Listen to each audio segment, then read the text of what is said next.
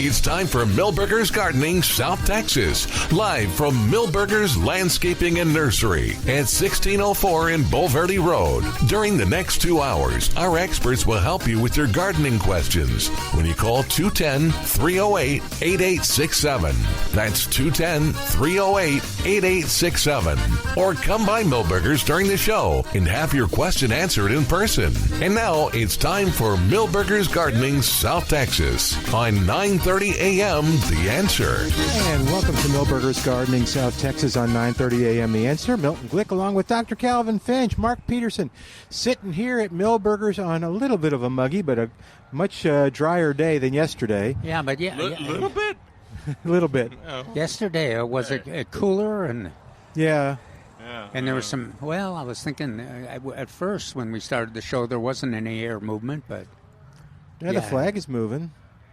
yeah, this seems much. The humidity must be higher or something. Maybe, yeah, the humidity's a little higher. What's the humidity Even at, though Mark? Are you checking? even though it was rain falling on our heads. Hot. It's hot and wet. Well, there's rain predicted. I mean, I think we're under a flash flood until this afternoon still, or what? Gosh, well, as long as you mention that, Milton, because yesterday you did a good job of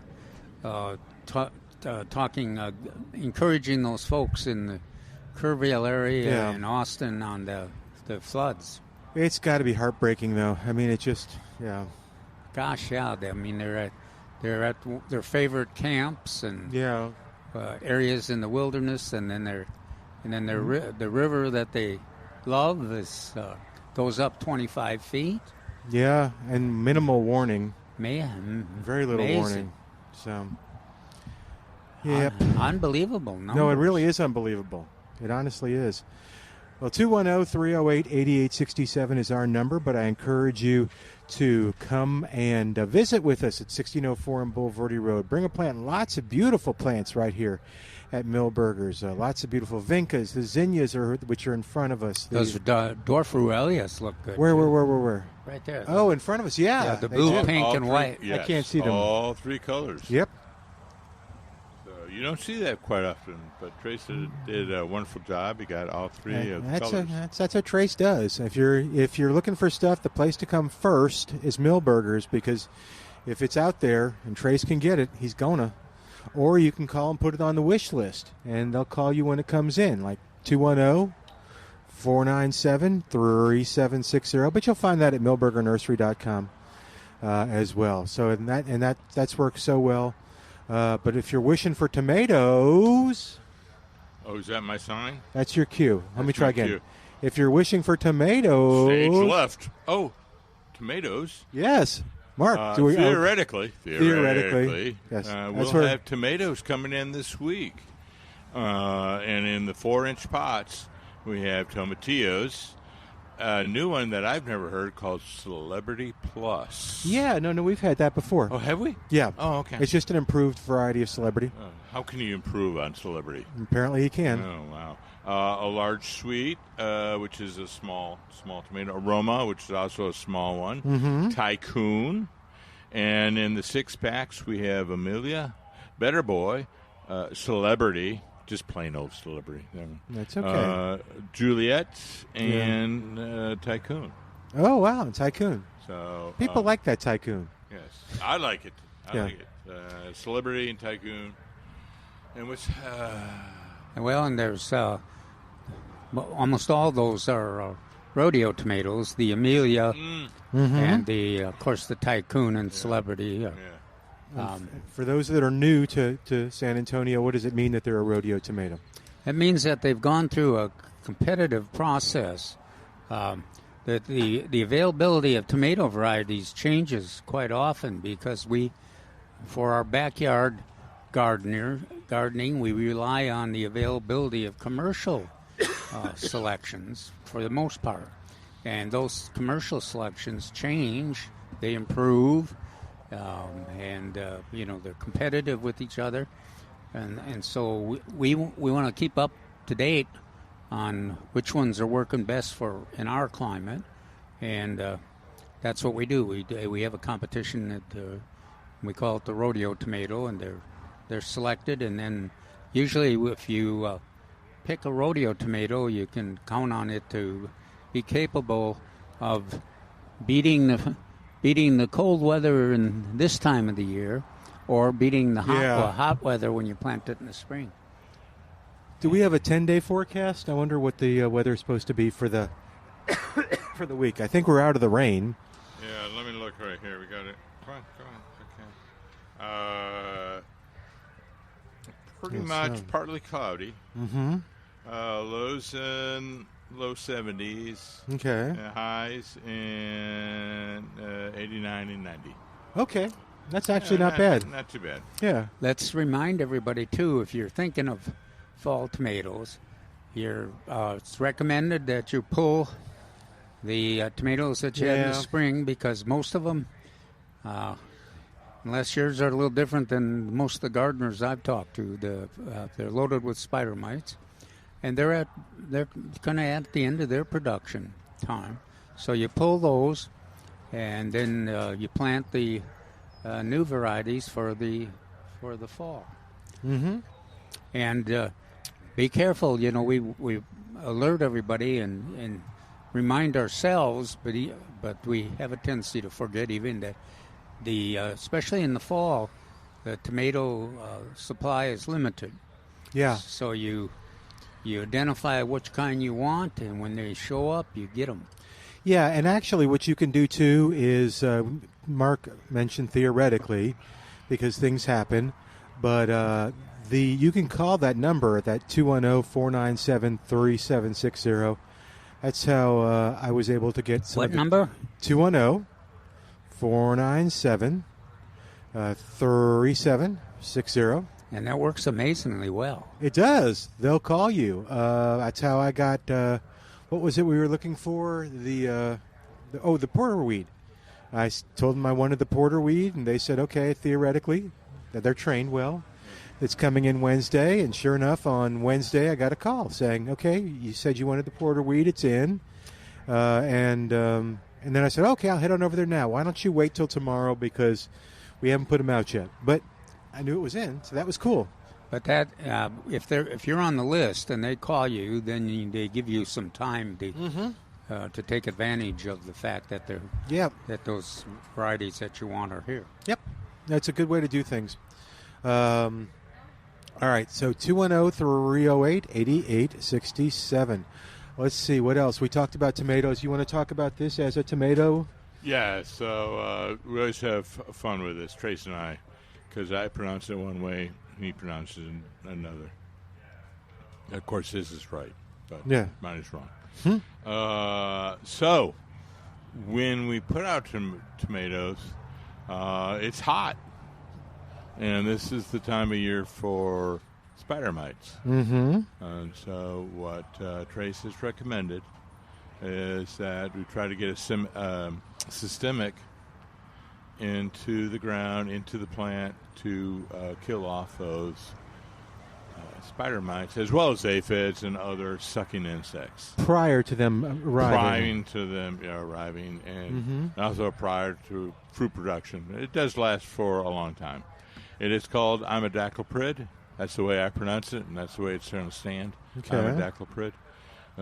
It is a systemic, and you pour a small amount around the tree, trees. I do it for trees around the tomato plant, and it effectively will kill those sucking insects because it moves through the so does it kill them or just control them? Does it kill them all? As we know, we like to use the term manage. Okay. We manage them much better with this product. You don't have to do it. It's just strongly advised for these fall production. I take it that is not an organic product. It is not an organic, no. Now you have if you have tomatoes that you were growing this spring, they probably have spider mites if you haven't pulled them yet.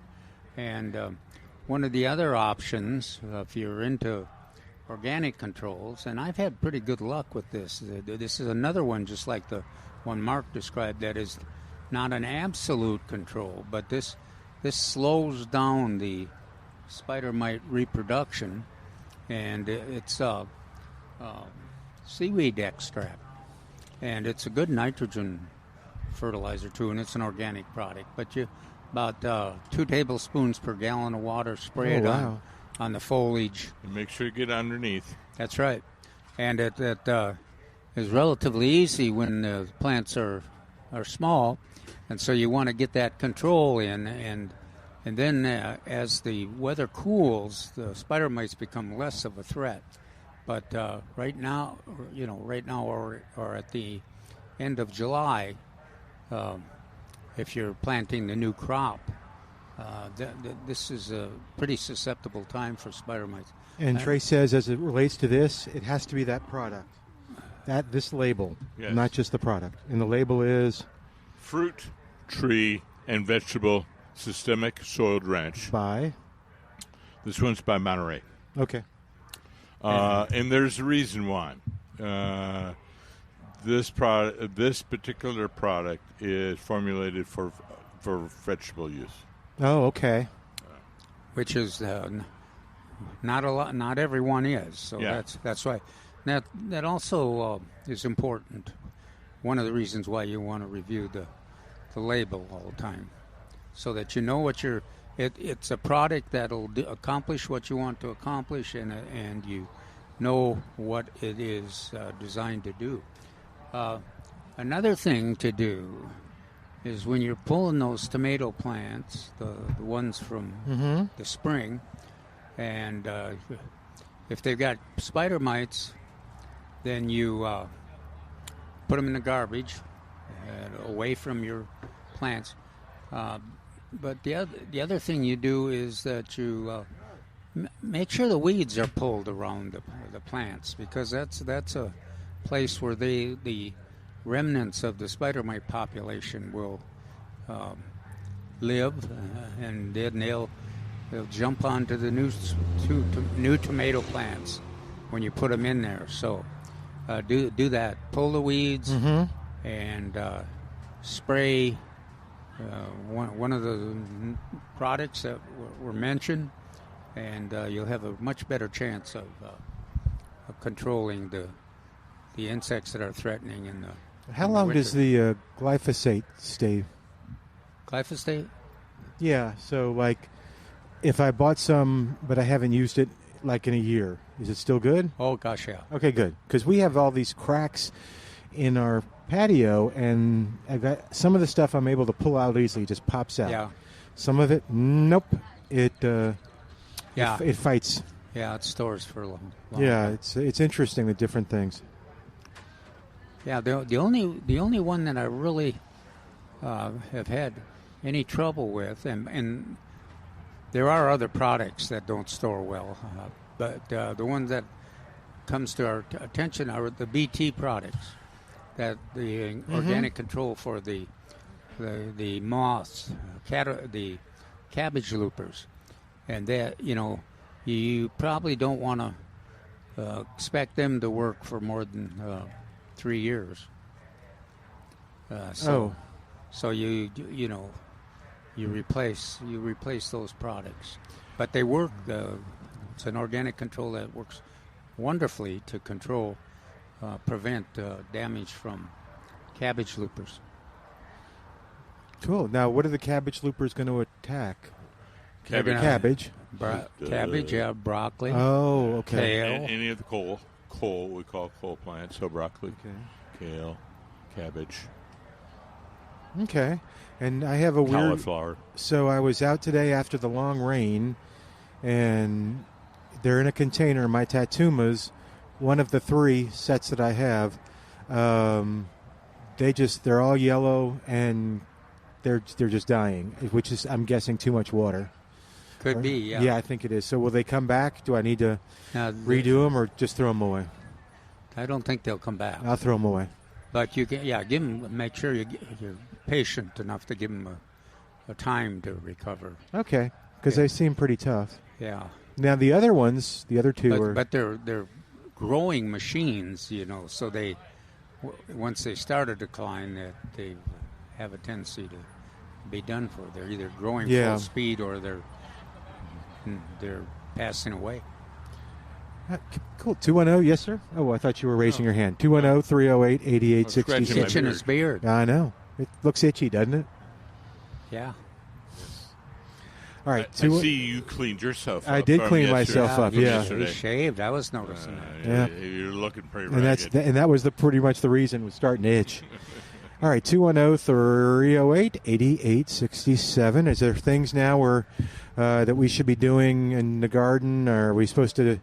What about our blackberries? Are we trimming them up, or is that more toward Lord. Memorial Day, or no, Labor Day, or which day? You pulled that one out What? from your memory. Yeah. Blackberries. I forgot all about blackberries. Okay, so the answer is Yeah, you should have Are we- been harvesting. I'm looking at Calvin because he has a patch. yeah, he has blackberries. Well, you harvest, and then at some point, the sooner the better after you harvest, you remove the old stems because the next year's fruit are going to be on new stems, and they have to come from the roots again. But you do have there's some tolerance, and of course gardeners and commercial folks especially have for years been looking for the easiest way to care for blackberries. They're, with the thorns and the demanding, we're done with the fruit this year. Get these old stems out of here. That kind of a requirement. They are pretty demanding, but the good news is that they grow really well here and produce a nice crop. Yeah. So how are yours doing? I don't have any. Oh, you don't have them anymore? Oh, okay. I was mistaken. Yeah, I thought he had some. I thought he'd had some too. Yeah. He used to complain about being all cut up, and Yeah, actually, that they are for those thorns. For that reason, they aren't the easiest thing to grow, but the production is so high. Figs. oh yeah, Figs Yay, are figs. out of control. Yeah, you wanna be picking your figs, harvesting your figs. If you don't, the birds. the birds will. Well, the birds are sharing with you right now, but they're getting more and more aggressive. And, Is there anything else that goes after the figs too? Possums, yes. raccoons, Yes. squirrels. Possums. fox? Okay. Oh, really? Oh yeah. Huh. And they can climb trees. Great foxes. I didn't know that. Oh, wow. So they can get up there. So, but possums, raccoons, skunks. Yeah, with some day It's a we big should- party. If we That's nice. get Dorothy Weedy to give us a report. Of course, she may not be real coherent if you start talking about fox and the fruit, because that was a running battle that she had. She had a female that raised young under her shed. Yeah, underneath her shed. Oh, really? Yeah, oh, there was the just stories are hilarious. Yeah, she would come run out, chase them out of the fig tree, and then the female would run around the house and go behind her, go back. The minute she went in, they would go back up in the tree. There was really a running battle. It was kind of Yeah. So the fox would wait, and there's a couple holes underneath the shed, and hide underneath there, and then pop its head out. Watch her go back in. Yeah. Great fun. Great fun in the garden. Yay. Yeah, the challenges of gardening well, and are both wonderful and frustrating. that's right. And I took my West Highland Terrier, the Darcy, that got stomped by the deer and wouldn't go out. I put her in a stroller, and she had a great time. Oh, boy. I pushed her around, but my Tilly didn't quite understand why Darcy got to go in the stroller, and she had to walk around the... Of course, the Tilly just wanted to have first choice. Oh. She'd rather walk than ride in a stroller. But Yeah. Which one's the one that was defending you from the... Oh, Tilly. Okay. Yeah, for the 17-pound Fury. She doesn't know. Don't tell her. Oh, she just. I worry about her because she when she takes on a fox or a cat or a deer, she just has to. She's going to fight to the end and just keeps barking at it and chasing it and treeing it. No. But I guess that's typical terriers, and Yeah. lots of dog breeds are that way. My dog would just herd them. Yeah. Okay, so the cats, there are now a couple indoor cats, and one of them loves our dog. Oh, and this is the most patient dog I've ever seen. So she'll just sit there, and the cat will come rub up and down her face. And just, saying, hey, I love you, just letting you know. And she just sits there. And I know she doesn't like it because she's going to... Well, it's amazing how those cats, once they learn to get along with dogs, even the ones that Tilly chases, they just can't quite understand why she's... Tilly, Tilly, why don't we just be friends? Yeah. I'll just eat your birds at the bird feeder, and you can just sit there and watch, yeah. They need to offer Tilly some little bit of their food. Because that'll do it. They'll be friends. I don't know. Dogs seem to love cat food. I think it's richer in protein. Yeah. Or something like that. So, all right, 210-308-8867. That's the second one that's come by. That's kind of scary. Wow. 210-308-8867. More of Milberger's Gardening South Texas coming up right after this on 9:30 a.m. The Answer.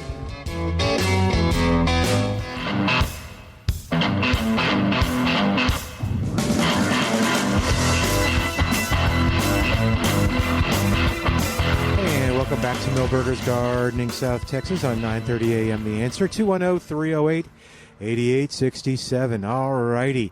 Hey, there's a place that you can go to today to get the best tasting meats that you can serve your family. If you're looking for outstanding beef, delicious sausage, if you're looking for poultry that actually has flavor to it, when's the last time you bit into a piece of chicken that you cooked and you went, wow, this tastes great, not because it had sauce on it, but because by itself, it just tasted great. Well, that place is Prusky's Market, right there in Atkins, Texas, on Highway 87.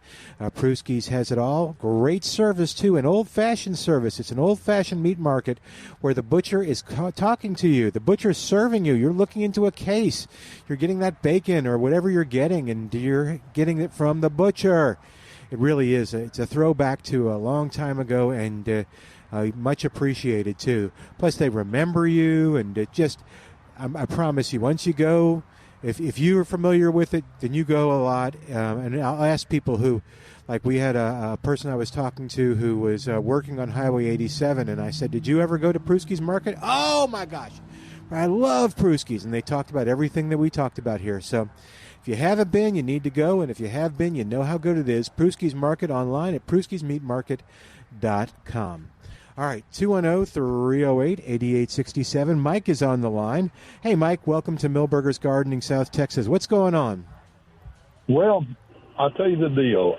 I had a fig tree, and by no fault of mine, that thing got cut off about 6 inches from the ground, and around it, it had a few little, I guess you call them runner sprouts that were coming up, and nothing ever came back from the trunk, but those little sprouts, they have leaves on them, but they don't grow.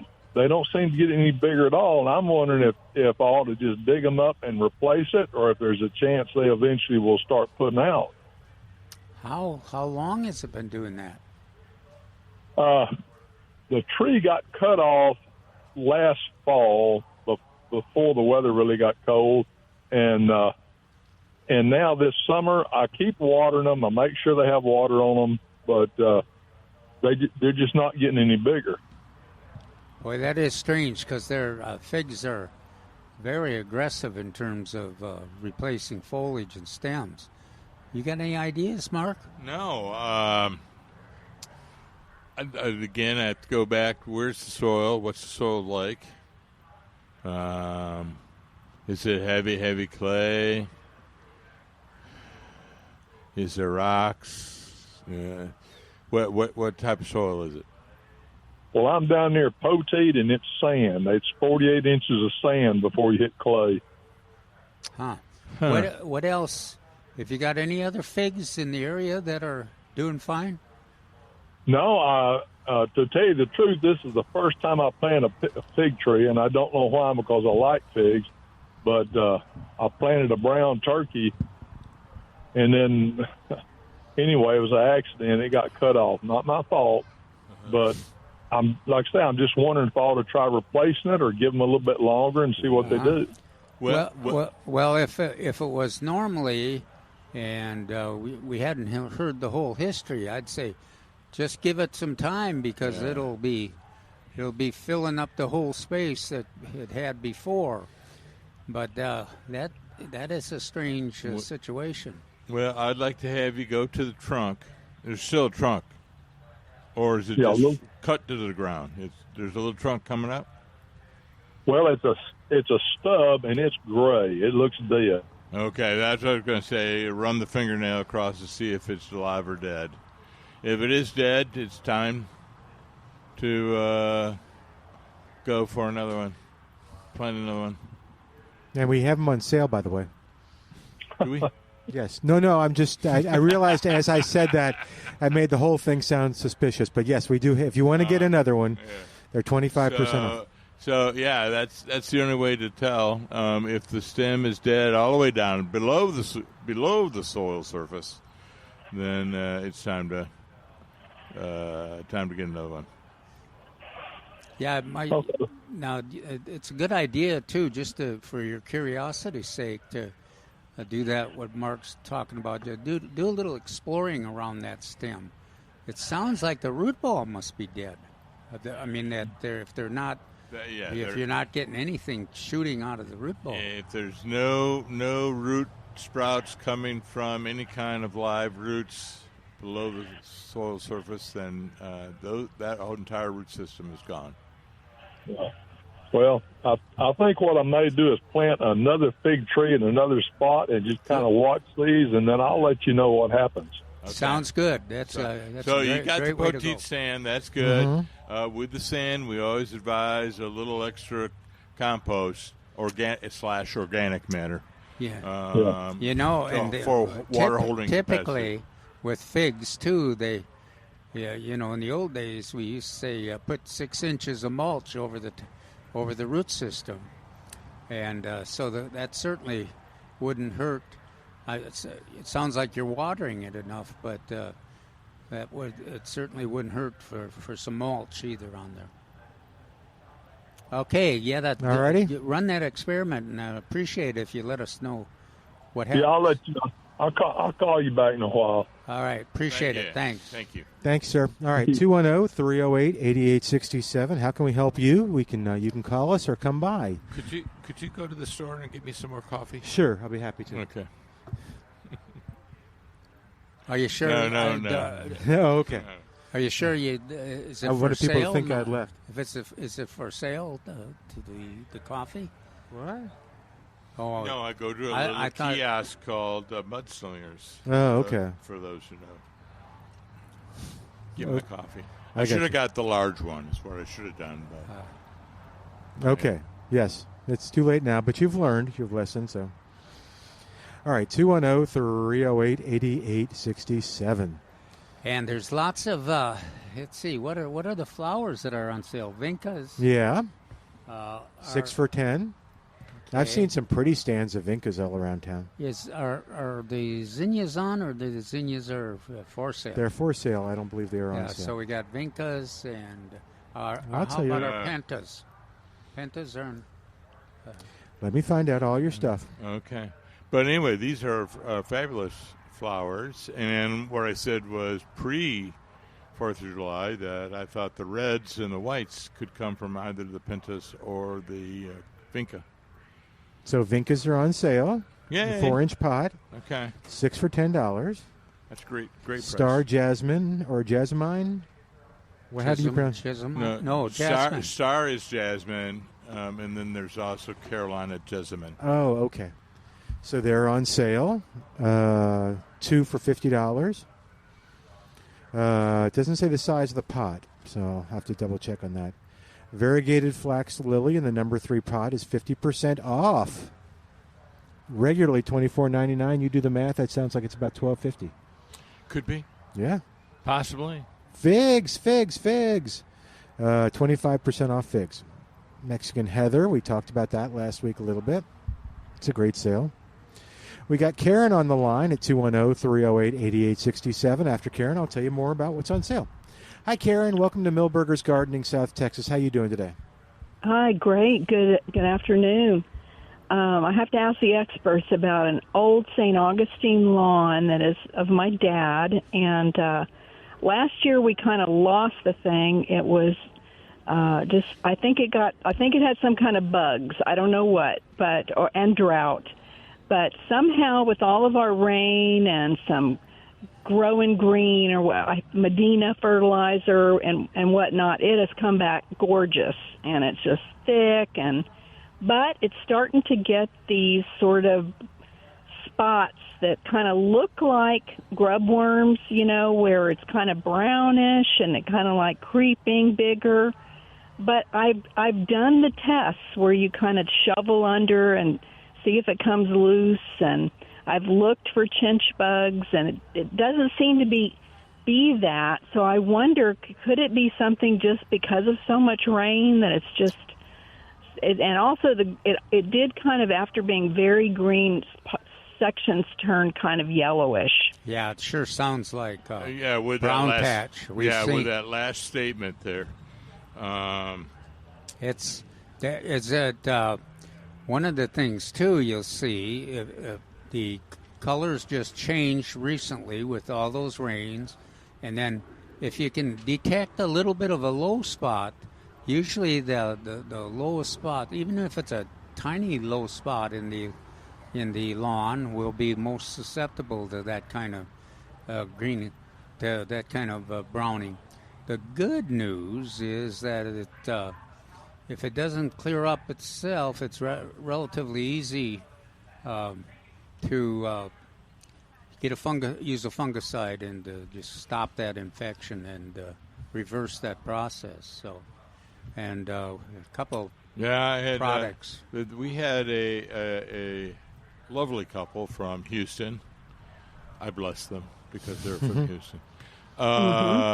But they had what looked like the beginnings of either brown patch or take-all patch. And it's just in the summertime I kind of veer towards take-all, and in the wintertime veer towards brown patch. But you'd have to have a test to know which one it was. Well, and I would, with the rains, you've got a pretty good chance that it's going to be brown patch. Yeah. So the key things to prevent it is don't water at night. Don't overwater. Okay. Water at about 6 to 7 in the morning. You don't want the blades to be too wet, in other words. And then if you do get it, promptly apply one of these chemicals that are approved for it. And there's a whole host. In the old days, we used chlorothianol, daconil. Nowadays, we have propiconazole and, the one, azoxystrobin. There we go. Azoxystrobin. Available here in a granular. And if these yellow spots grow bigger and bigger and bigger, that's probably a fungal disease. Okay. And the nice thing about it is, Calvin implied it, is, lots of times these things clear themselves up. Oh, really? Okay.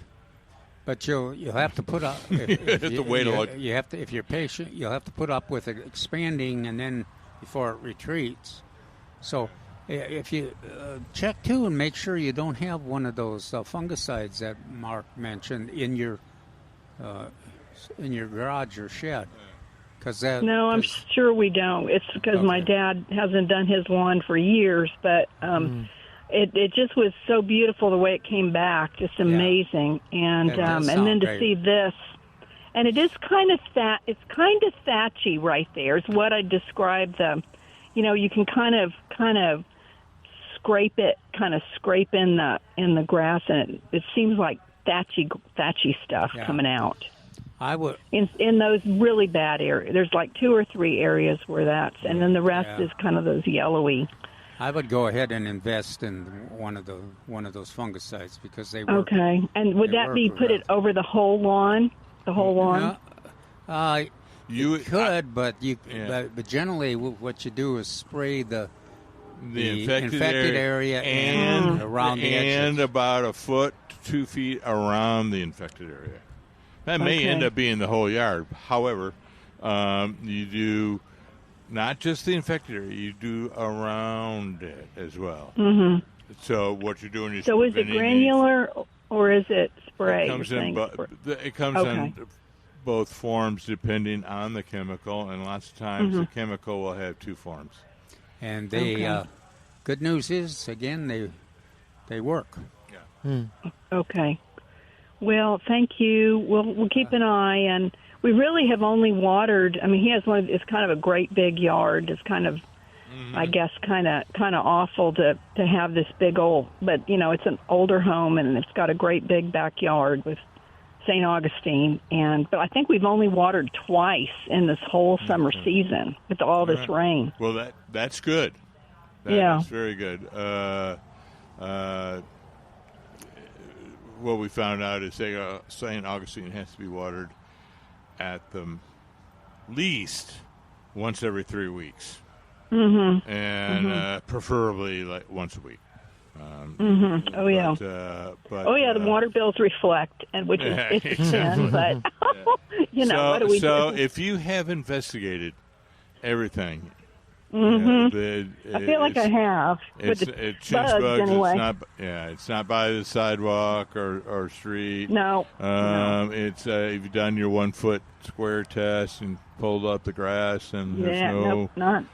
It's not pulling up. The roots are there. No little white bugs with brown heads. Then we are kind of left. Especially with the rains that we've had. Yeah. Okay. Good luck. Let us know. Well, thank you so much. Y'all have a good afternoon. I make my way over there soon. Thank you. Cool. Thanks, Karen. Wave at us when you get. Please come say hello. All right. Bye-bye. 210-308-8867. 210-308-8867. All right. It's time for another break. We'll come back. What's that? No, go ahead. Well, I was thinking with all these years we've had of drought, it's just hard to listen to discussions about brown patch again. Yeah, and this is the second one today. So would you say if tomorrow is your watering day, you can probably skip it if you got a little? Yes. I think so too. Okay, we'll skip it tomorrow. All right, back in a moment on 9:30 a.m. The Answer.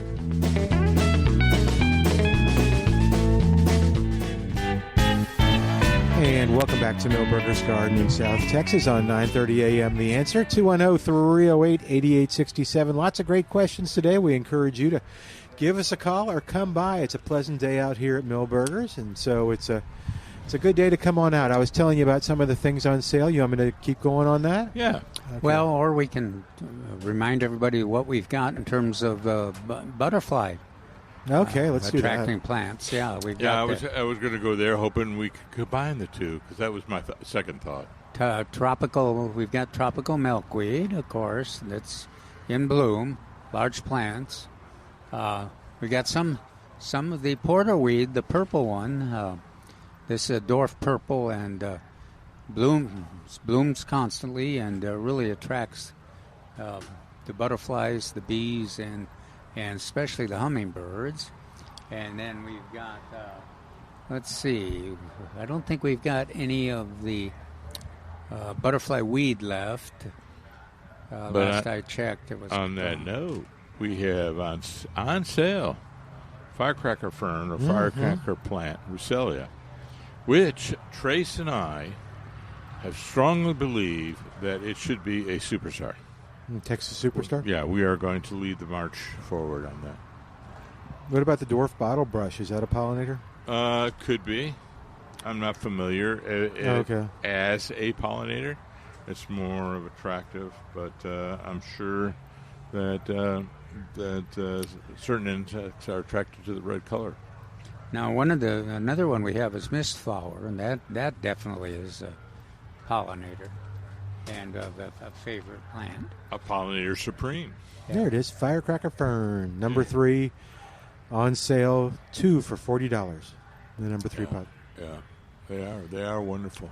1959 is on sale. It's only What? $49.99. What? That's the same it's been, yeah. Oh, has it? Okay, Yeah. never mind then. It's just We got zinnias here, of course. Another top pollinator source.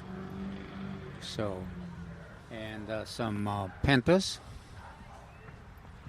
And, But I was going to also lots and lots of lantanas.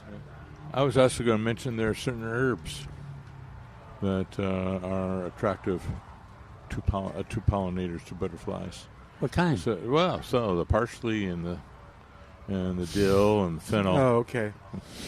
You thought I was going to go there, right? Yeah, I thought you were going to parsley, But they are sage, not. rosemary. It's not pollinators. Yeah, but as a host, that's what made me think about They're it. egg-laying sites. It's an egg-laying site, plant host for the butterflies, and we have those available here. We have a whole rack of different herbs, and a lot of those are either hosts or nectar plants. Particularly some of the basils that flower and are attractive. And you know what? I was just thinking, Oh, cool. horse herb. Ooh, Horse herb and frog fruit. fruit. Excellent Butterfly. pollinators. Yeah. Butterfly pollinator, nectar sources. Anything Well, else? there are Yeah. two featured plants in the certified butterfly garden here in Millburgers. Why did you bring them up? Do we have them available for sale? Oh, I'd just say we had them here. I don't know if we have them for sale here. Maybe Trace will tell me. But what? Do we have any horse herb or frog fruit? For sale? Okay. What'd he say? He has them here. I had them here, Oh, okay. and he's going to go look. Okay. Yeah. He's going to go find out. Yeah. I know. Okay. And I just did his words in a little different Oh, okay. pattern. Let's see. We've got interior plants, lots of great house plants. Bromeliads, ferns, Salvias. monsteras. Is that? Am I pronouncing that right? Monster. I generally let Pete tell me what the proper name is. Oh, okay. Go ahead, Calvin. I So don't- does I don't Peter know talk this. to you? On occasion. Doesn't talk to Milton. Nope. He won't talk to us on the Well, air. you have to talk to him during the week while he's not as busy on the weekend. All right. Oh, we're teasing because we He doesn't. tried to get him on the. Oh no, On the he'll radio. never come on. Nah. What's that? That's the. Hold on. All right. All right. Trace has found something, and he'll tell me. Okay. So anyway, one frog fruit, one what? What is it? I'm probably going to say horse herb or something similar. What is that? I don't think so. I don't know. What? They were that. Those plants are about this about 3 inches tall. Oh, No. I think he's talking about maybe some. Maybe a frog fruit? Uh, I don't know. no. During a future break, I'll run down there. okay. We'll take a top of the hour break. Yeah. But anyway, I just mentioned those because those are wonderful.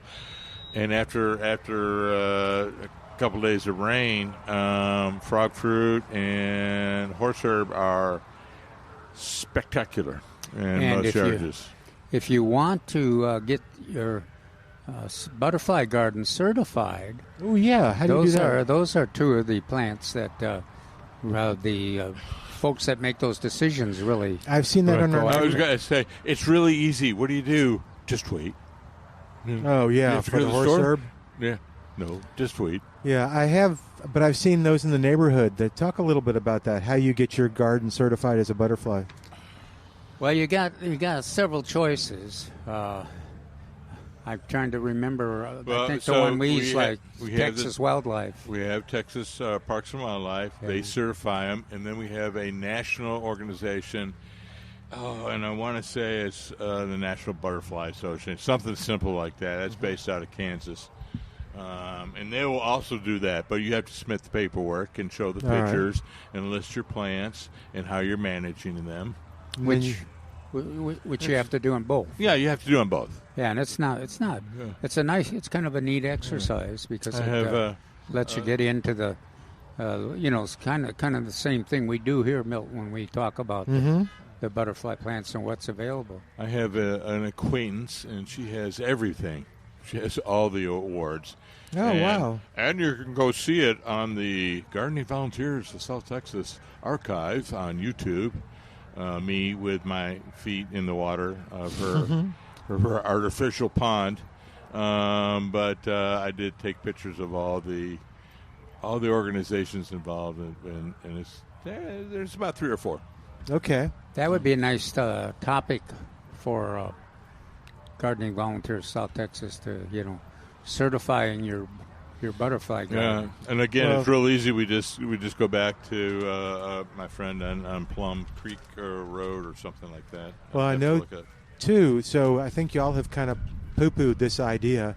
The ones that I see are not particularly tidy.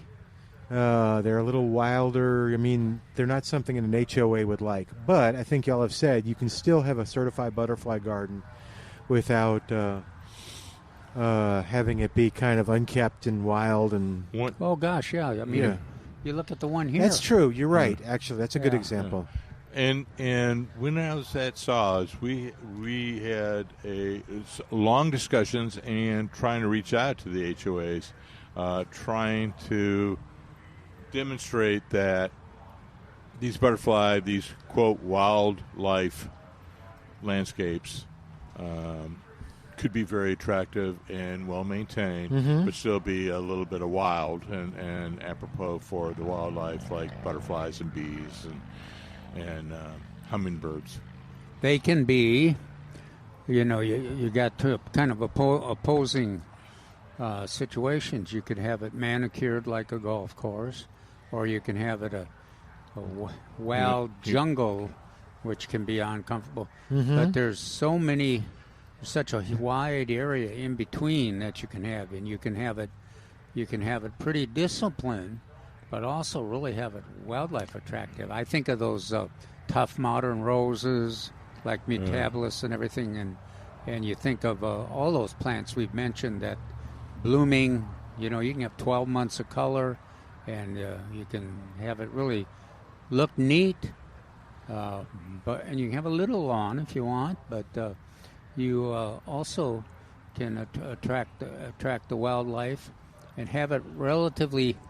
That's another thing, Mark, that we probably should emphasize. You can have with the wildlife favorable landscape can be much easier to take care of than a manicured lawn. Absolutely. Now, what was I going to say? Oh, Milton, if you notice that, lots of times Calvin and I will say it has restrained growth. Okay. And that means it's still a little open, but not as wild and irregular as some other plants.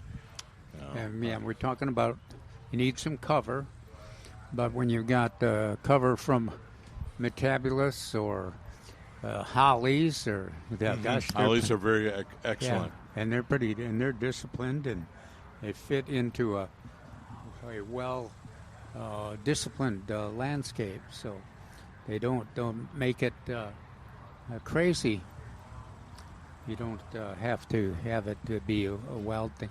You can have it though. I mean that's one of the options, and that's one of the things in San Antonio where we some of the homeowner associations have some restrictions, but most of ours give you a lot of freedom in terms of growing your landscape the way you want it. Yeah, some general broad parameters, height of decks or height of pergolas and things like that, and colors. But it's pretty much open. Okay. All right, we're going to take a quick break, get you caught up with the news. Were you going to check on something? I'm going to check on that plant out front of it. Okay. Trace was pointing at. All right, you go do that. We'll find out what it was right after this on Milberger's Gardening, South Texas on 9:30 a.m. The Answer.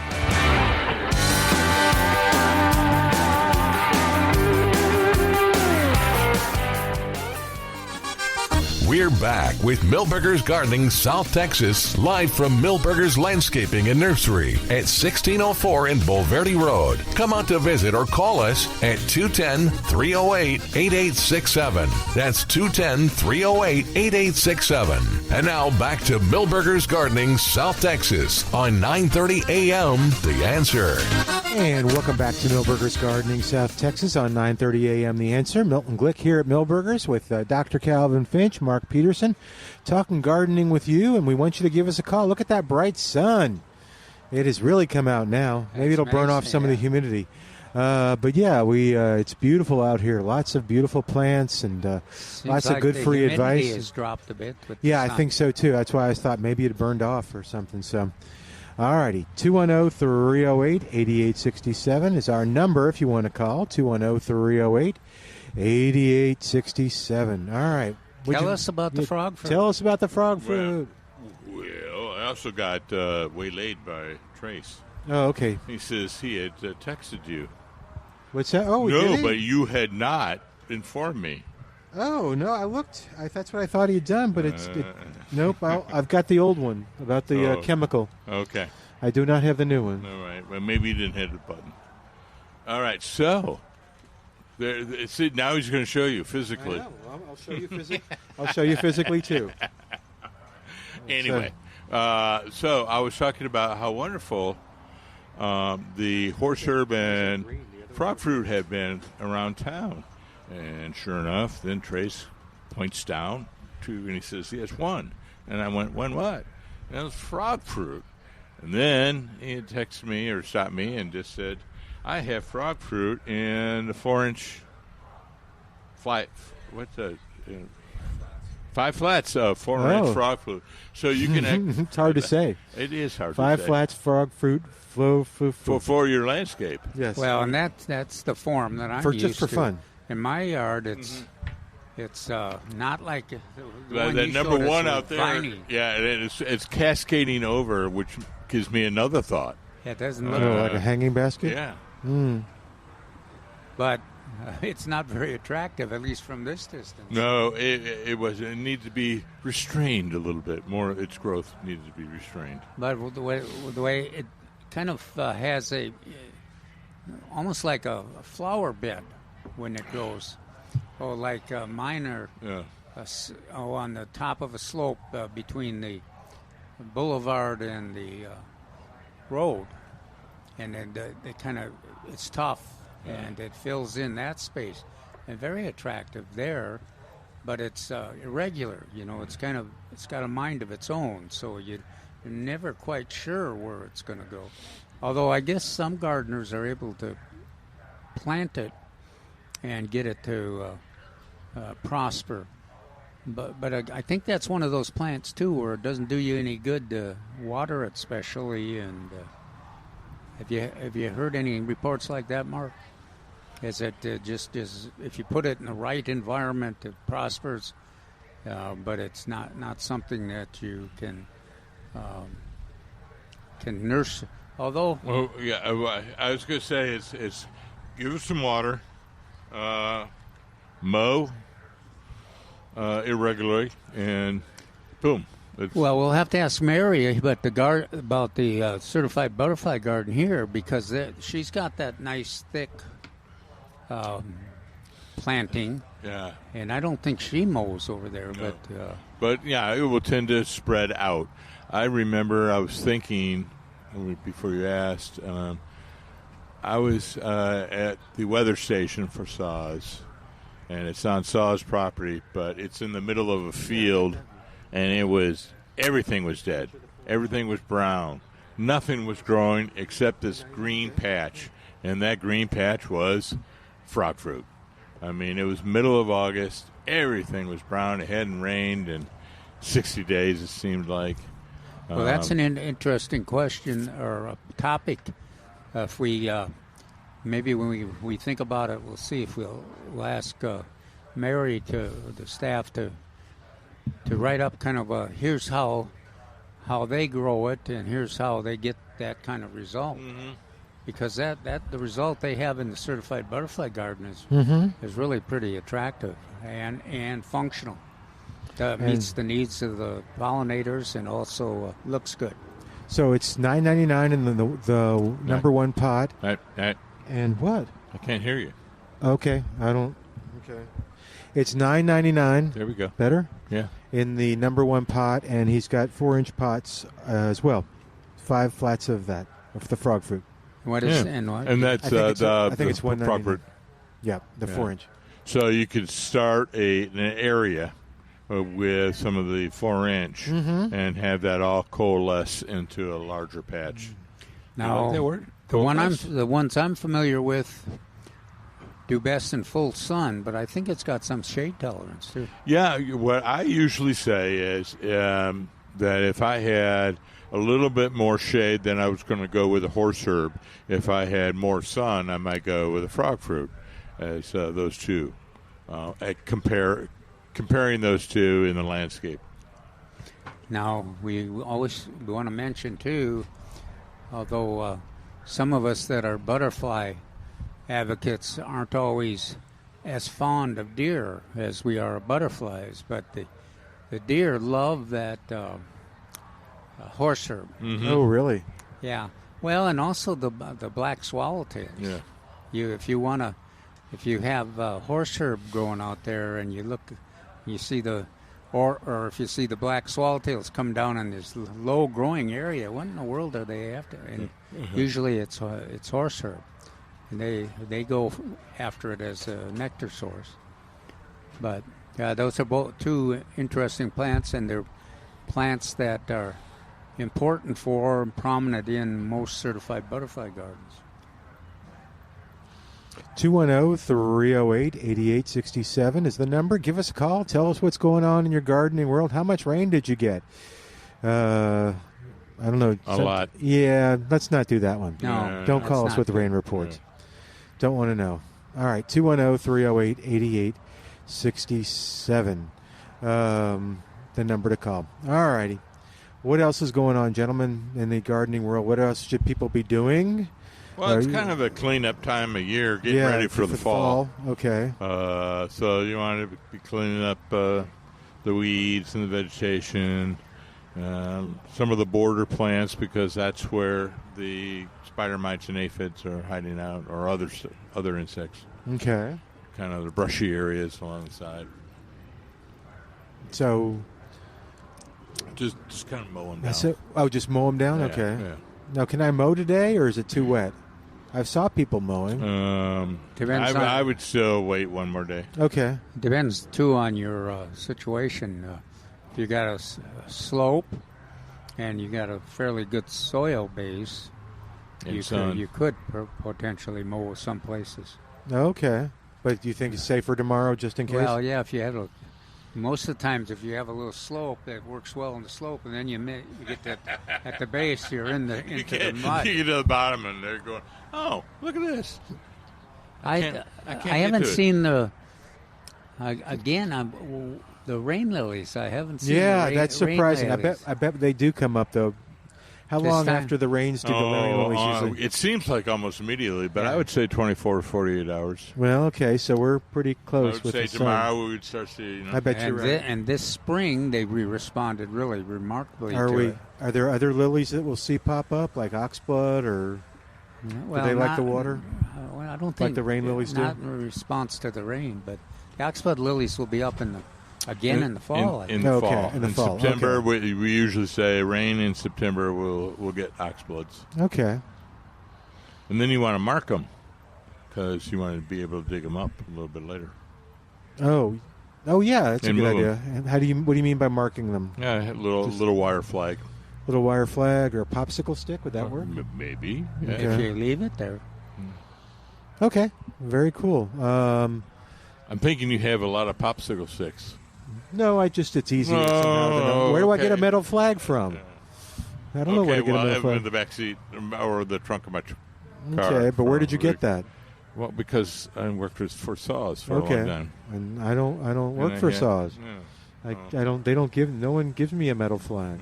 So I got to use popsicle sticks. It's sad. All right, we talked about spider mites. I'm looking around on the internet. How about lace bugs? Is this the time of year for lace bugs? Well, that's a good question because I Thanks. was going to ask that about if anybody has seen lace bugs. We would usually see them on the yellow lantanas.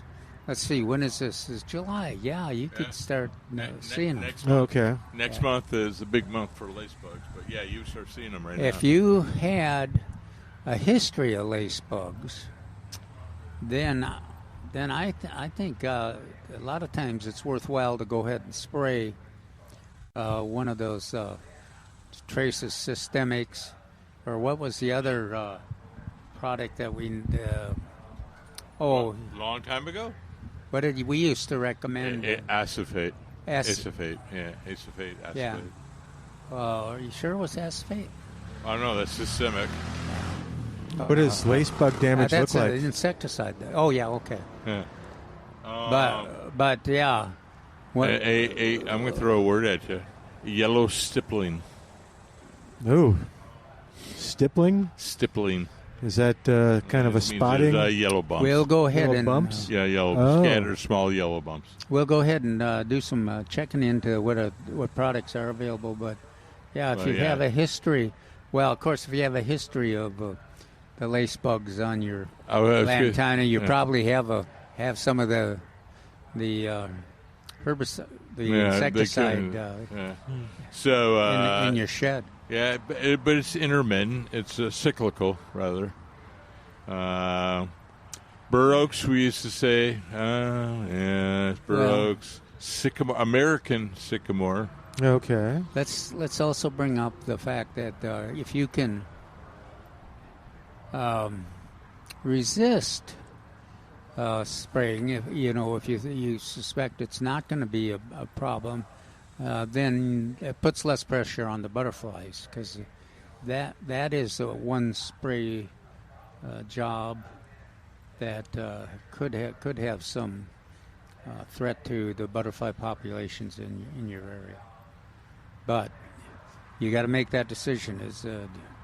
Are the lace bugs going to hurt your plants enough that you'll sacrifice some of the butterfly population to spray them? Okay, I'm just looking at the list. I'm not. Do we talk about this much? Gray leaf spot, is that a San Antonio thing? Yes, it is. Okay. Now that occurs when you tend to irrigate during the nighttime for your turf grass. Oh. You know that. Or morning, as I say. It's not night, it's morning. It's 3 o'clock in the morning. Why are you irrigating? You know, Mark, that could be some of these reports we've got on the Where there's brown patch? brown patch, because they came so quick. Mm-hmm. And the rains were at night, and so that's kind of interesting. Yeah. But the good news is that the same things that'll cure the brown patch Yes. gray spot, that's easier to cure even the brown patch. Oh, okay. Yeah, that's Neil Sperry's favorite fungus disease. You have a favorite fungus? He has a favorite fungus. Oh, well, yeah, fungus of the many fungi. Favorite fungi, yeah. Yeah. Yes, he does. But then that allows him to tell people when to properly water. Yeah. Properly water is dusk and dawn. And particularly if you have this problem, you don't want the leaves wet for a very long period of time. So dawn is a good time to water. Okay. And Dawn, not in the middle of the morning at 3 o'clock. when Dawn. are so I know that it's the days and stuff. Is it 5 to 7 in the morning, or is it 5 to 9 in the morning? No, it's 5 to 10. 5 to 10 in the morning. And 9 to 12. Right. I knew the 9 to 12, but 5 to 10. Okay, cool. All right, John is on the line at 210-308-8867. Hey, John, welcome to Milberger's Gardening, South Texas. What's going on? Oh, little everything. Okay, well, Some of it good, some bad. But hey, what I'd like to do is have a refresher on fig tree pruning. We're having trouble hearing you, John. yeah, John, are you talking on a speaker? Here's my problem. My phone is programmed into my hearing aids, and I can't do anything about this. Oh, okay. So, I mean, it's either that or I just got to hang up. I don't know what to do. All right, well, just try it, though. keep trying. All right. So But large this- fruit is all I heard. No. I want to know something about pruning fig trees. All right. Well, it is easy and forgiving. You can't really go wrong. Hey, start with the dead branches from the freezes. And you always take each year you take the tallest branches or the widest branches out. So you're trying to shorten and shorten it on all sides, top and sides. Okay, but now my other question is timing to minimize fruit disruption. December. Okay, but all right, got you. Now, so you don't clear the middle out a little bit or nothing. That's just with peaches and stuff. So basically, I'm reducing the general size of the big bush. That's correct. To make it manageable in December. So, all right, now I'm going to have up around Medina Lake on the Edwards outcrop. I mean the main outcrop for it. What variety would you recommend for that situation or varieties? Well, we've generally stuck to Celeste and to Everbearing or Brown turkey. Brown turkey. Brown turkey. Yeah, Celeste is a good one. Yeah. Okay, now, a friend of mine lives up in out of Comfort, not in Comfort, but that same general area on those creeks over there, and he's got a fig tree that's been on that range for I don't know how long. He don't even remember how long, and it's man, it's a good fig. It's red meat inside, red flesh, and if it'll grow there, it ought to grow at Medina Lake. Would you not think? Think so? I would. Yeah, I'm gonna get some cuttings on that. Get that one also. Now, on that Edwards outcrop, basically you're on rocks, and you gotta provide any soil, whatever. And so, how big of a area of soil do I need for that fig tree to flourish? Like, a whole 8 by 8, 4 feet deep, or something like that. Or I don't know. I'm trying to figure this out because it's pure. It's basically limestone rocks, and with a little bit of soil, but it's very thin. And I mean, I don't have to tell you about it. You probably know more than I do, but I'm trying to figure if I were to get a void big enough to make that tree comfortable, how much would that involve? I would just add soil, kind of mound, and mix it in with the soil you got. You can take some of that rocky soil out, but the fig is not too fussy. There you go. I was going to say it's pretty adaptable. So I would do something like a 6 by 6 slightly raised area, and then fig will be able to find its way into those cracks in the limestone. And the soil that you mentioned. The planting soil, or the native soil that's in that area. No, but when you put the organic material and it decomposes, compost. Yeah, the compost. Compost works fine. Yeah, gotcha. I got a big pile of that. And then, go ahead. Yeah, 50-50, 60-40, something like that. Yeah. All right. Well, Alrighty. I think that covers the waterfront. And thank you. See All you. right. All right. Yeah. Thanks, sir. Sucker Good luck. hose. Sucker hose. All right. Let's take a break, and then, Ann, you're up next right after this on Milberger's Gardening, South Texas on 9:30 a.m. The Answer. And welcome back to Milberger's Gardening, South Texas. Ann, you've been so patient in calling us at 210-308-8867. Welcome back to Milberger's Gardening, South Texas. Ann, how can we help you? Hi, gentlemen. Thank you.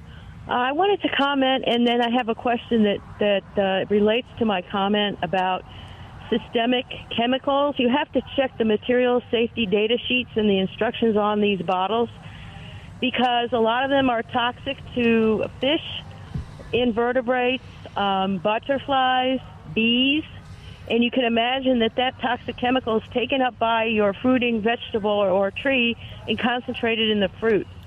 And I have to be very brave about saying this, but we do need to pay attention. You may think that one chemical, well, it won't do very much, but when you do the sum of all of them, we're living in a toxic milieu. So I would encourage, like Dr. Calvin said, use a seaweed product, et cetera, practice better horticultural methods, and remove crops that are not performing or are infested. So I live in the yes. Oh, but and you also can be. It's much easier to be careful about products and the producers are doing a better job in terms of giving us options, and then also it's some tough decisions to make, and you just you got a responsibility, and everybody that uses a chemical, whether it's organic or manufactured, has an obligation to read the label and understand the label. And we're available too to try to help people understand the label, but it is a major. It's a responsibility for the gardener for sure. Yeah, I understand that everything we eat is managed that way. So to be realistic, we could not have health or humanity without the farmers using the chemicals. But in your own garden, you don't need to do that as much. I live out in the country on the aquifer.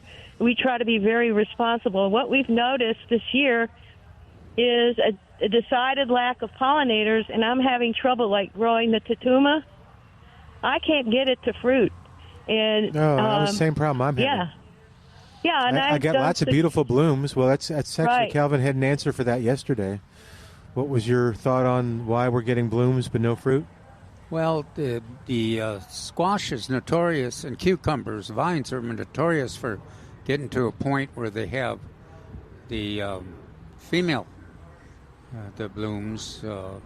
At some point, they start producing fruit, but we're in July, so it should be producing fruit.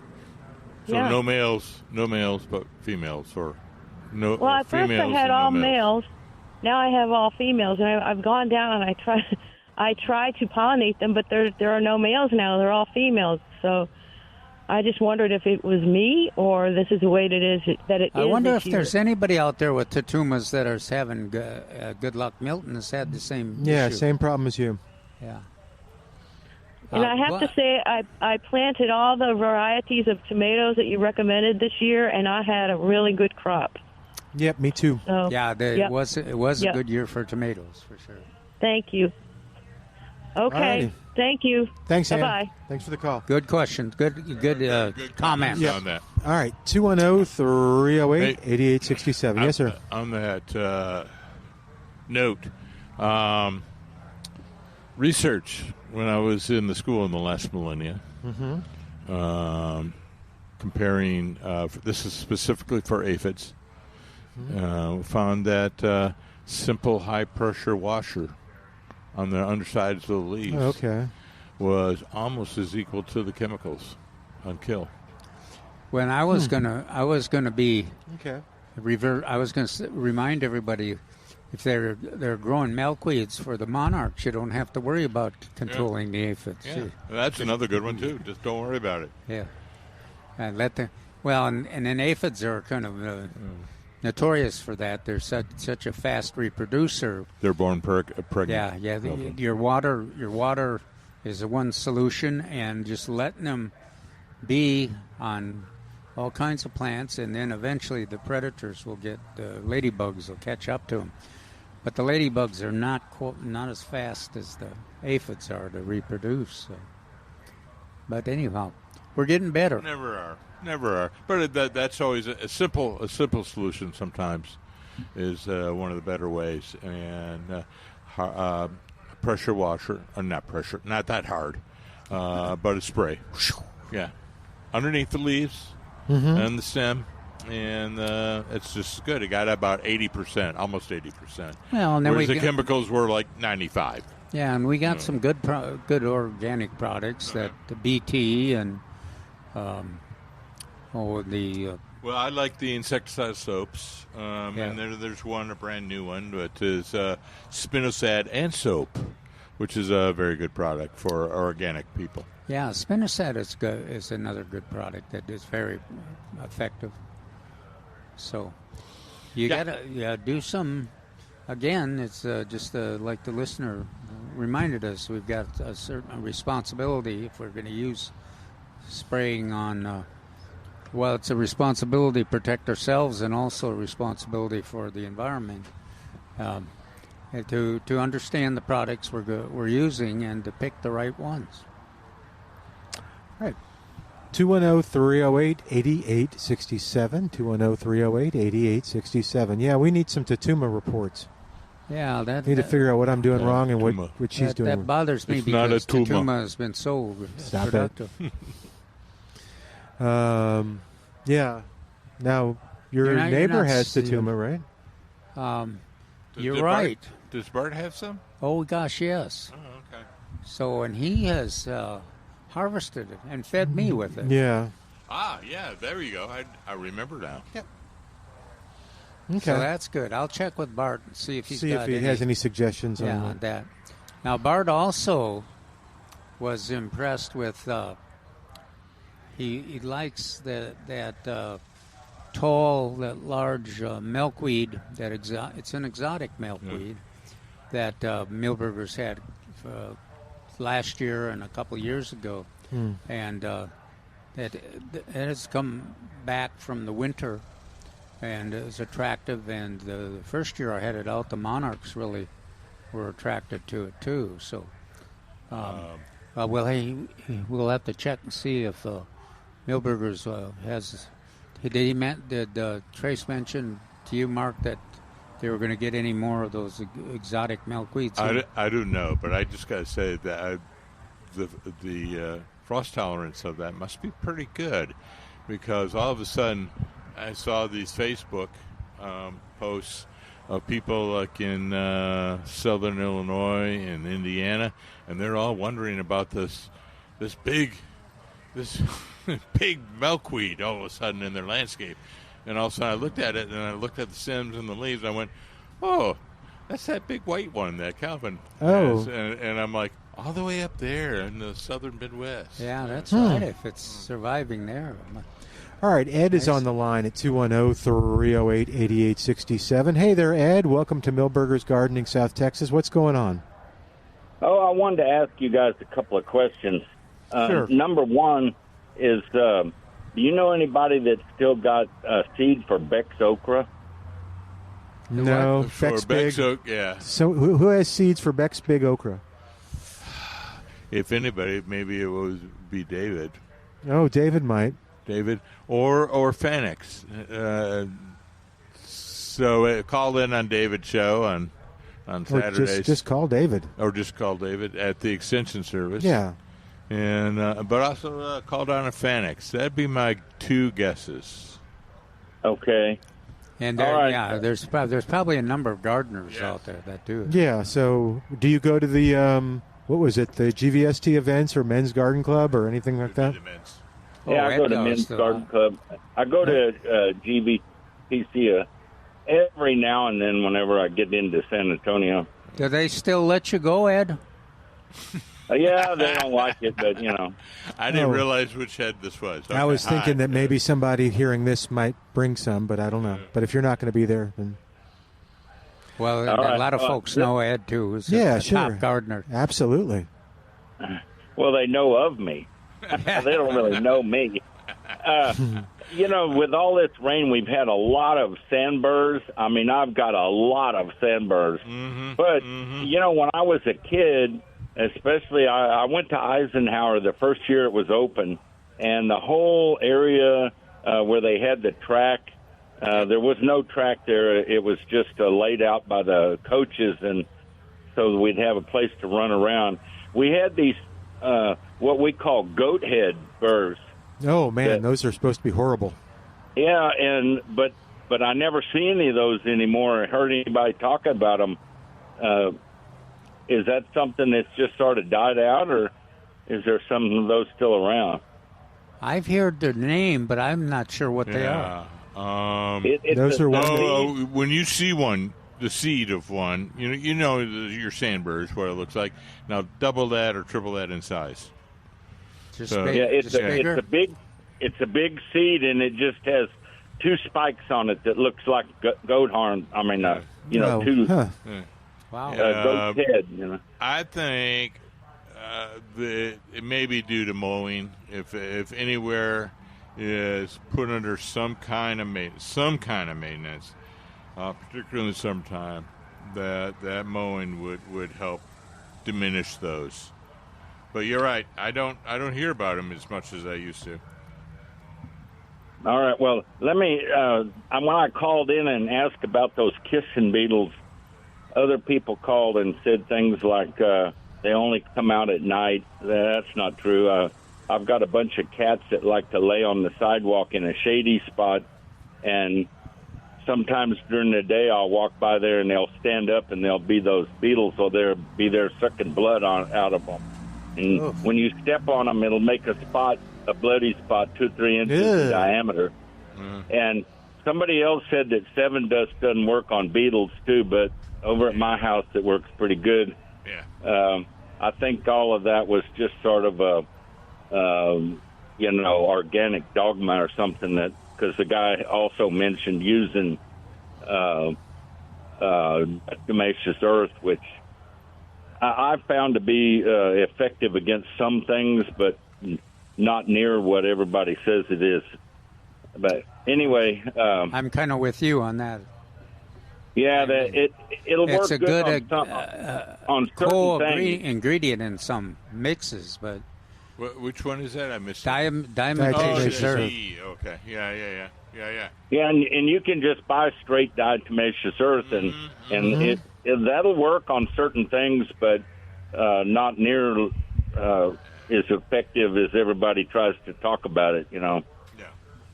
Well, anyway, the other thing is, do you guys know a place where I can buy some Osmocote, large quantities? Like, I don't know how big a bag it comes in. I've seen an advertisement for 50-pound bag. Is there a place where I can get a good price on that? Because I'd call Millburgers and just ask if they can get it in that big a size. Yeah. Well, that or feed stores. So maybe down in Hondo, there's a feed store that you may work. Do you have? How about can you go on your computer and look for large? Yeah. Yes, I've done that, and I've seen a couple of places, but I don't necessarily think that's maybe they can really special order deal, it here. I'd give them a yell. Maybe they can special order it for you here. Okay. Yeah, I'll All right. try that too. Thanks, sir. All right. Well, thank you. Thanks, Bye-bye. Ed. You take care. Bye-bye. Bye, Ed. All right, 210-308-8867, 210-308-8867. We'd love to hear from you, but first we're going to take a quick break. Back after this on 9:30 a.m. The Answer. And welcome back to Milberger's Gardening, South Texas on 9:30 a.m. The Answer. We did ask Trace, Ed, and they do have the 50-pound bags. You could just call that 210-497-3760 and talk to them about it. And or if he said if for some reason he doesn't have it, he can order it for you. So 210-497-3760. All right, 210-308-8867 is the number to call to ask your gardening question. And here, as we sit here in Milberger's, lots of folks out there checking out the stuff. And so, yep, got lots of good things going on here at the nursery. All right, what else is going on in the gardening world, gentlemen? Anything else you want to talk about? Do you want to talk about national? Mark mentioned the sandburrs. Oh yeah, and we've had those people talk. I mean, I think if they're the same thing, they can puncture car tires. They're like really mean. Yeah, those the goat head. Yeah, but the sandburrs, you still got a chance to go through with your point of your shovel and poke the plants out, put them in garbage sacks. Oh, okay. Because they most of them have not matured yet. But the reason that there's so many out there is that we had all that bare soil from the drought, and so you got the sandburrs sitting there, and they'll be in there for years, and then the rains came and up they came. They filled in the full sun there. They filled those areas, but yeah, and then the problem is if you let them go and you don't take some action, you're going to have more next year. So put down on your calendar, put down apply a pre-emergent herbicide for sandburrs next spring, and then go ahead and do as much as you can to get those. Because if you get them now, it's relatively easy because the burrs are still hanging on the plant. And the plants do not have a real deep root system, so you can get to poke them up. If you can't get that done before they mature and they're loose, and then you'll have to kind of drag some kind of material, a carpet piece or something around to collect as many as you can. Doesn't work great, but it's better than letting your dog or cat pick them all up. Yeah, well, I mean, and little stickers sound like they're a nuisance to dogs or cats. These things sound like they're painful. Well, the goat, but even little stickers are. Yeah. Now they quite often they can avoid the big stickers, but it's harder for them to avoid the little ones. But it's I think I've mentioned this before, but it's funny to watch dogs, and I think most of them, they figure out where the sandburrs are, and then they have some routes. Like my dogs, when I'm heading to the far corner of the garden, they don't go directly with me. They go around the edge so that they don't have to walk through any of the sandburr areas. But that's where it can be really tough if they get in their paws. Oh yeah. But take a chance and start that process and get the ones that are closest to your door or closest to where your pets operate, and get as many of them as you can. Those plants out and put them in the garbage. And then toss them away because they'll be harassing you next year. But also put on your calendar, March that's when we. Oh, is that when you're doing the pre-emergent? Is March? Yeah. Well, we could do it a couple times. So yeah, I do it Valentine's Day and again April 15th. How about? Well. Or March 15th. And I usually did them April 1 and also. June 15th. Mm-hmm. Oh, okay. Well, especially out there on the in Rockport, out that condo area. they were that was an amazing sandbur area. But Amazing samber? What? sandbur area. But the good news is the pre-emergence work pretty well if you can apply them at the right timing.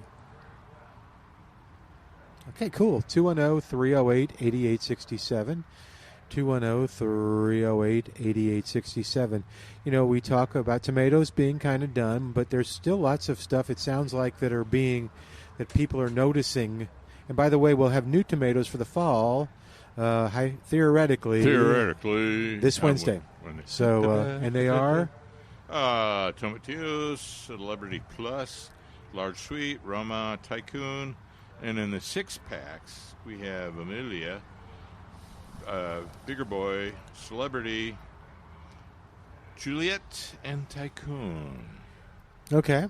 So you can come on by Millburgers and check those out. Give them a call on Wednesday. And Did you say Tycoons twice? Yes. Both in the 6-pack once and the one. In the 4-inch and in the 6-pack. Okay.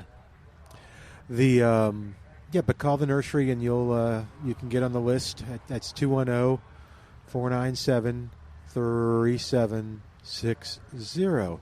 And but other things that are doing well right now. Peppers. I was going to say the peppers are doing great. Which peppers are you doing? Well, we've got that one plant, the Rio Grande, that we had gotten a seed from one of our listeners, and that's loaded with small fruit. We're going to use that as a seed source, I guess. But the banana peppers are doing well. The jalapenos are really doing well. Oh, good. Yeah, and Mark's. What's that big green one, Mark? There's Aladdin, which we have a few remaining transplants. Oh, good. But we also on the big seed board we have 8 to 10 different. Okay, actually, so it's 15. not too late to plant to Not try to too grow. late. Okay, No, it's not too late. Where would you? Let's talk about pick a variety and let's talk about how you plant them. Buy the seeds here at Millburgers. If you bought the seeds at Millburgers, and we have anywhere from the very hot, the ghost peppers, and Scotch bonnets to jalapenos, and some of the bell peppers. I wouldn't do bell peppers now. I would say with the hotter ones. Oh, okay. In the summer, so it just very, very easily just put them out, and you can do them directly, or you can do them in pea pots and get them going that way, and then transplant them. You don't think it's too late? I don't think it's too late, but we're getting near the end. Okay. So again, 45, 60 days for these hot summer plants. So end of August. Yeah, end of August, 1st of September. Okay. I'm sorry, it's really, really hot. Still in Labor Day. And so we got some questions about how the tutumas are doing. Mm-hmm. But we also, the good news is we have at least one gardener we know of that is having success growing the tutumas. So we'll see what we can do to find out if there's more of you out there that are growing them. Yeah. Let us know how we're doing. Give me some comfort. I suspect. Yes. I'm predicting that. Let's see, by July 15th that they'll start setting fruit. I hope so. Me too. Mm-hmm. Because I like them so much and rely on them. Oh boy! I know. What is that? That's huge. Giant swallowtail. Yeah, it's pretty. It's all over that lantana. Yeah. Is that typical? Yes. All right. What about sweet potatoes? What about them? Are they this time of year or no? Oh, Calvin's giving me a big grin. Yeah. Sweet potatoes, another hot weather plant. Okay. That's a good idea, Milton. Yeah, this is tough to grow sweet potatoes here, right. But you can. Yeah. Can you do container? Why is it tough to grow them? Because they is it insects or fungus or the weather? I think it's the weather, but they have to have hot. Okay. And it's muggy, and it's something about maybe the nights Oh, the nice new cooler? I'll have to look that up. Okay. Ladies and gentlemen, we'll look that up for you. Mm-hmm. But your spinach. Yeah, the Malabar spinach has gone crazy. So it's yeah, great. that's what we usually think during the summer. What is New Zealand Egyptian spinach? I'm looking online. I don't know. Maybe it's okay. Maybe it's Malabar. I don't know. Maybe so. And who has a moringa plant that you can call? Moringa. Moringa. Do you have? No, is that Ricky Ricardo? Didn't he used to do the? No, it's not. No. Okay. Stop. Just stop. Yeah, that's the one that is that the miracle plant, moringa? Yes. Yeah, that's where everything is edible or something like that. So we get repeated requests for that. Yeah. And I'm like, doesn't grow here. Oh, it doesn't? Oh, okay. So it's Just, a miracle if it grows here. Yeah, it is. Aha. Mm-hmm. So normally summer plants, eggplant. Yeah. Okra. What else do I used to say? You might Southern accidentally peas, get an Malabar. okra, southern okra crop. peas? Mm. If you got your seeds in real quick, you might get okra. Yeah, I said no. Everything is teetering on the edge. Yeah, I'd and be so more optimistic. This may be on the okra last than week. peppers. Yeah. Okay. Oh, then on the peppers? Huh? Yeah. More optimistic on okra than peppers? Oh yeah. From seed or from transplant? Seed. Oh, seed. well, transplants, but either of them. Yeah. But, Okay. Yeah. but even. But yeah, it's 45. We go 45, 60 days. But it is right now. Get that, clean out your tomatoes and your spring stuff, and plant your eggplant, And tomato. Okra. And Michigan Bert needs to call us. It's still a little late today, but maybe next week because I followed his instructions. I got about a dozen seeds, and then it gave me the enthusiasm. We cooked down a bunch of tomatoes yesterday, and as we were getting the meat out of them, I was picking the seeds out of them, and now they're in a little jar. I'm doing the Bert method, so we'll see. But I got 2 of them planted. I'll plant some more this afternoon. And you've got some figs. Mm-hmm, what are thank you going to do on the figs? Make preserves. Make little wow. fig jam. Should I plant the figs? Plant a fig? One of the ones? No, they don't grow from this. I don't know if they grow from seed, but they must. But generally, they grow from vegetatively so fast. Yeah.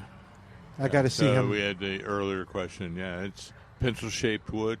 Yeah. Or pencil-sized wood. Remove the leaves. Yeah, Ed was going to do some figs, or somebody was, I think, Yeah. too. And It's pretty easy, in other words. okay. I may need help on that. Bert, if you're listening, you can help me plant figs. I bet you Bert has planted figs before, grown them. If not, if he can't help me, will y'all help me? Yeah. Okay. Yeah. Like, oh, no, we can't do it, like, all the week, during the week. Can you... What about this? What about this? What I about know. this? Stop texting me. Yeah. Yes, I haven't gotten that text from you guys yet. Thank you. All right, Calvin. We have about 2 minutes left. Your article, people will find in the Express News. That's right. What is it on? Well, it's on Sedgehammer and